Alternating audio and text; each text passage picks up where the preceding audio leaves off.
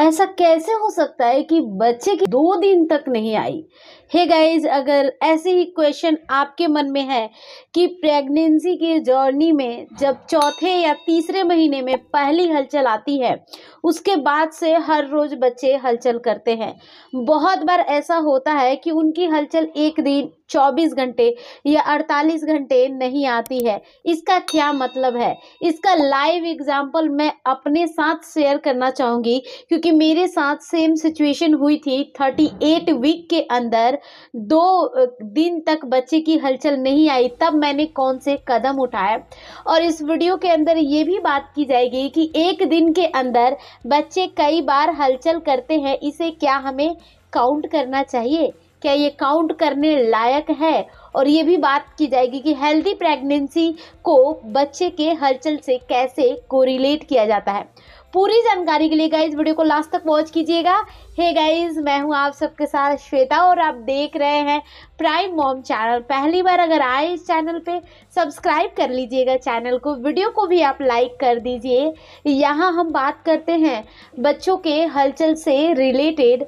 बच्चे एक दिन के अंदर 3 से 4 बार मिनिमम हलचल करते हैं और ज़्यादा से ज़्यादा 15 से 20 बार करते हैं। अब एक मदर पे डिपेंड करता है कि वो कितनी बार काउंट कर रही है, क्योंकि घर में सुबह से उठने के बाद बहुत सारे आपके पर्सनल काम होते हैं, किचन के काम होते हैं, लोगों का आना जाना, बहुत सारी चीज़ें हम एक दिन के अंदर देखते हैं। इस दौरान बहुत कम टाइम होता है जब हम कैलकुलेट कर सके। लेकिन अगर ऐसा ही कुछ आपको टाइम मिलता है कैलकुलेट करने के लिए, डेफिनेटली कीजिएगा और पूरे 1 सप्ताह तक आप कैलकुलेट कीजिए कि मंडे को कितनी बार हलचल आई, ट्यूसडे को कितनी बार, वेंसडे को कितनी बार, ऐसे कंटिन्यू कीजिए। आप ये वेरिएशंस आप इसमें देखेंगी, किसी दिन ज़्यादा हलचल, किसी दिन कम हलचल, किसी दिन आप ये भी देखेंगे कि आपने नोटिस तक नहीं किया लेकिन बेबी किक्स आ रही थी। तो ये सारी चीज़ें होती हैं। बच्चे की हलचल 2 या 3 बार भी आ रही है, आप नोटिस कर रही है एक दिन के अंदर, तो आपकी जो प्रेगनेंसी है बिल्कुल हेल्दी है।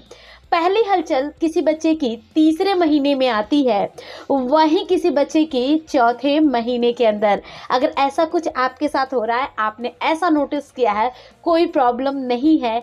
ये बच्चे के कह सकते हैं मूड के ऊपर डिपेंड करता है, उनकी डेवलपमेंट कैसी है, जिस हिसाब से ये आसानी से आइडिया लग जाता है कि जो हलचल है वो तीसरे महीने आ रही है या फिर चौथे महीने। अब खासकर ये बात करते हैं जो बेबी किक्स है, कई बार हमें पता ही नहीं चलती, 1 दिन हो गया, 2 दिन हो गया, बेबी किक्स नहीं आ रही है। और इस दौरान ये लक्षण आपको देखने में मिल रहा है कि पेट आपका पूरी तरीके से टाइट हो चुका है, पूरी तरीके से पेट सख्त हो चुका है। इस दौरान अब आप ऐसा क्या करेंगी कि आपका पेट नॉर्मल होगा और बच्चे की हलचल आएगी। ये जो नुस्खा है ये बहुत आसानी से हमें किचन में मिलता है।